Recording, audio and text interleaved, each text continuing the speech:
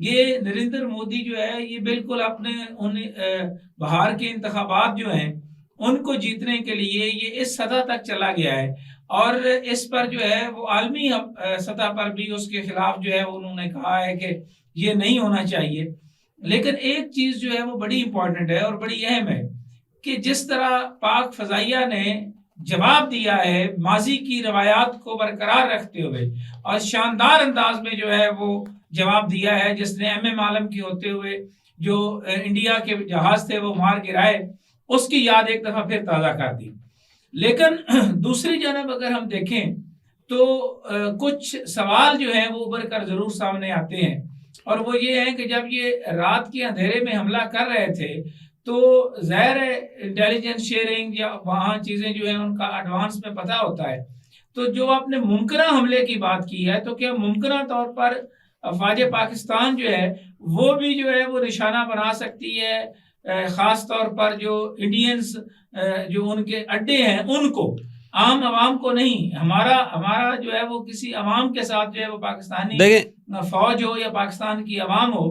انہوں نے ہمیشہ کوشش کی ہے امن کی، لیکن جب جنگ مسلط کی جاتی ہے تو پھر اس کا جواب تو اسی انداز میں دینا پڑتا ہے۔ ہم بھی تو 15 دن سے یہی کہہ رہے تھے کہ آپ یہ کوشش نہ کیجئے گا پاکستان پر حملہ کرنے کی، مشکل ہو جائے گا۔ جب پاکستان نے ان کے 5 طیارے جن کا نریندر مودی رافیل کا بڑی تعریفیں کر رہے تھے کہ 2019 میں اگر رافیل طیارہ ہوتا تو ابھی نندن یہ کر کے آ جاتا وہ کر کے آ جاتا، لیکن ان کے رافیل طیارے 3 مار گرائے نا پاکستان کے ایئر فورس کے جوانوں نے، اور دیکھیں ان کے طیارے ہندوستان کی حدود میں گرے ہیں، پاکستان کی حدود میں گرتے تو چائے سے زیادہ بڑھ کر ان کے کچھ اور پلایا جاتا، لیکن ہندوستان کا میڈیا چلا رہا ہے کہ ہندوستان پر حملہ منہ توڑ جواب دیا ہے پاکستان نے۔ اور دوسری بات یہ ہے کہ ISPR فوج کے جو ترجمان ہیں، وزیر خارجہ ہیں، وزیر داخلہ ہیں، انہوں نے یہ کہا تھا کہ اگر ہندوستان حملہ کرے گا پاکستان بھرپور جواب دے گا۔ پاکستان ایٹمی طاقت ہے، پاکستان نے آپ نے دیکھا ہوگا ان 15 دنوں کے دوران اپنے میزائل بھی چیک کیے ہیں۔ اب ممکنہ طور پر پاکستانی فوج کو جیسے حکومت نے اختیار دے دیا ہے،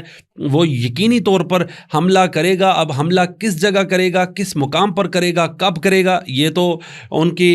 انٹرنل بات ہے، لیکن حملہ ہوگا۔ جو ذرائع بتا رہے ہیں موسٹ پروبیبلی حملہ ہوگا، کمنگ ڈیز میں ہوتا ہے، آج ہوتا ہے، کل ہوتا ہے، کمنگ ویک میں ہوتا ہے۔ ہندوستان میں IPL چل رہا ہے، پاکستان میں PSL چل رہا ہے، لیکن ہندوستان نے حملہ کرنے سے پہلے یہ نہیں سوچا کہ ہم IPL جو ہندوستان کی سب سے بڑی لیگ ہوتی ہے ہاٹ بال کی، کرکٹ کی، وہ ہو رہی ہے۔ تو یہ سنیے گا، آج دھرمشالہ میں میچ ہونا تھا، لیکن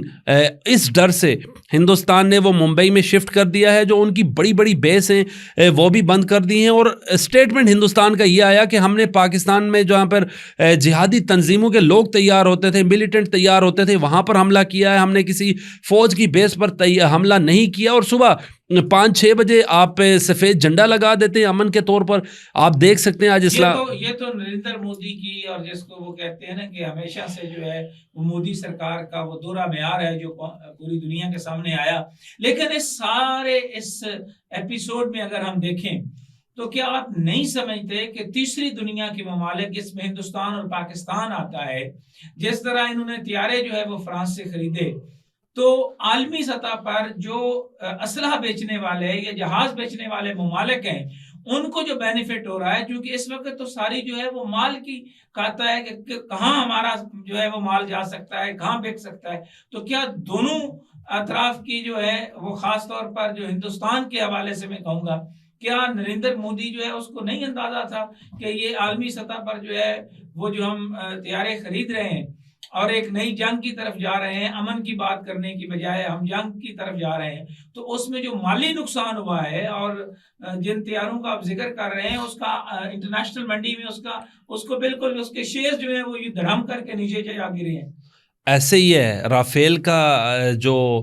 ریٹ تھا یا جو ان کے شیئرز تھے وہ تو سمجھے زیرو پر آ گئے، لیکن جس حساب سے وہ اوپر تھے، جس طرح مودی یہ کہہ رہے تھے کہ ہم یہ کر دیں گے وہ کر دیں گے، رافیل موسٹ پاورفل ہے، لیکن پاکستان فوج کے ساتھ یقینی طور پر آپ کو یہ معلوم ہونا چاہیے کہ اللہ کی مدد ہے، اور اس کے بعد 25 کروڑ عوام کی مدد ہے، اور ہمارے سپاہ سالار جو ہیں وہ حافظ قرآن بھی ہیں۔ یہ بتاتا چلوں آپ کو کہ ہندوستان کو یہ ایکسپیکٹیشن نہیں تھی کہ ان کے 3 رافیل طیارے گریں گی، اور گرے۔ ان کو ہونی چاہیے، کیونکہ اس سے پہلے بھی جو ہے وہ جب انہوں نے ابھی نندن والا واقعہ ہوا تو پاکستان نے کہا کہ ہم بھرپور جو ہے وہ جواب دیں گے، اور پھر پاکستان نے جواب دیا۔ یہ تو ان کو یہ ہونا چاہیے کہ اس کا جواب جو ہے وہ ضرور آنا چاہیے۔ قومی سلامتی کے حوالے سے جو کمیٹی کا اجلاس ہوا جس کا آپ نے ذکر کیا، کیا ہی اچھا ہوتا کہ جس طرح شہباز شریف نے اپنی گفتگو میں کہا ہے کہ میں پی ٹی آئی کے دوستوں کے پاس جانے کو تیار ہوں، میں ان کے ساتھ مل بیٹھنے کو تیار ہوں، تو کیا یہ وقت نہیں ہے کہ پوری قوم متحد ہو؟ آپ ایک لمحے کے لیے چھوڑ دیں، دیکھیں وہ پارلیمنٹ کے اندر بیٹھے ہیں نا، اگر راہل گاندھی سے مل سکتا ہے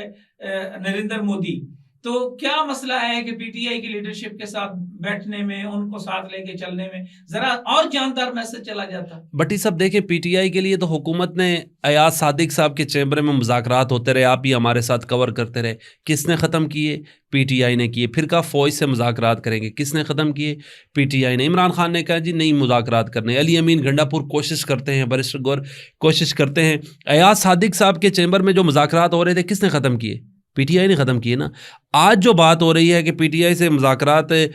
ہوئے جائیں، کرنے چاہیے، لیکن آپ کو بتاتا چلوں کہ نون لیگ آگے بڑھ پڑے گی۔ اختیارات کس کے پاس ہے؟ پی ٹی آئی کے اختیارات صرف عمران خان کے پاس ہے۔ خان نہیں سمجھتا بیرسٹر گوہر کون ہے، شیر افضل مروت کون ہے، علی امین گنڈا پور کون ہے، ایسے ہی ہے۔ لیکن اس میں آپ ایک چیز دیکھیں نا، سن تو لینا،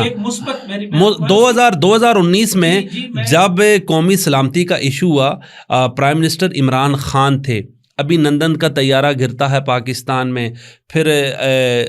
جذبہ خیر سگالی کے تحت پائلٹ ان کو چائے پلا کے واپسی کر دیا جاتا ہے، لیکن اس وقت بھی اپوزیشن نے کہا تھا کہ ہم بیٹھنے کو تیار ہیں عمران خان کے ساتھ۔ عمران خان کی ضد اور انا برقرار رہی، جنرل باجوہ اپوزیشن کے ساتھ بیٹھا، عمران خان نہیں بیٹھا۔ دیکھیں یہ ساری باتیں اپنی جگہ پر، بہرحال اس نے ایک اچھا پیغام جو ہے وہ جیل سے بیٹھ کر جو ہے وہ دیا ہے، جو ٹویٹ بھی اس نے کیا، اور پھر پورا بھارتی میڈیا جو ہے وہ عمران خان کے خلاف ملائننگ کمپین بھی انہوں نے کی۔ بہرحال یہ وقت ہے جناب مل بیٹھ کے جو ہے وہ آگے بڑھنے کا، اور ہمیں ایک قوم کے طور پر جو ہے وہ۔ بٹی صاحب سنیے گا، یہاں پر قومی سلامتی کا اجلاس ہوا، پی ٹی آئی کو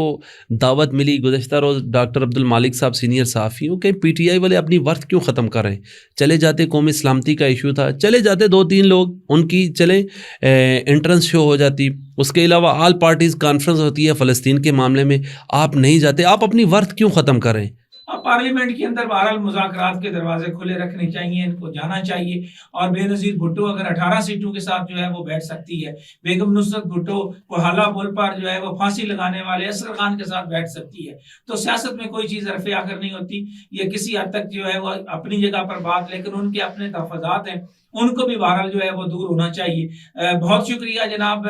محمد بلال عباسی صاحب آپ کا کہ آپ نے ساری صورتحال پر جو ہے وہ گفتگو کی۔ انہی خیالات کے اظہار کے ساتھ پاکستانیوں اجازت چاہوں گا۔ پروگرام ٹریل 5 کے میزبان فرخ نواز بھٹی کو محمد بلال عباسی کے ساتھ اجازت دیجیے۔ اللہ حافظ۔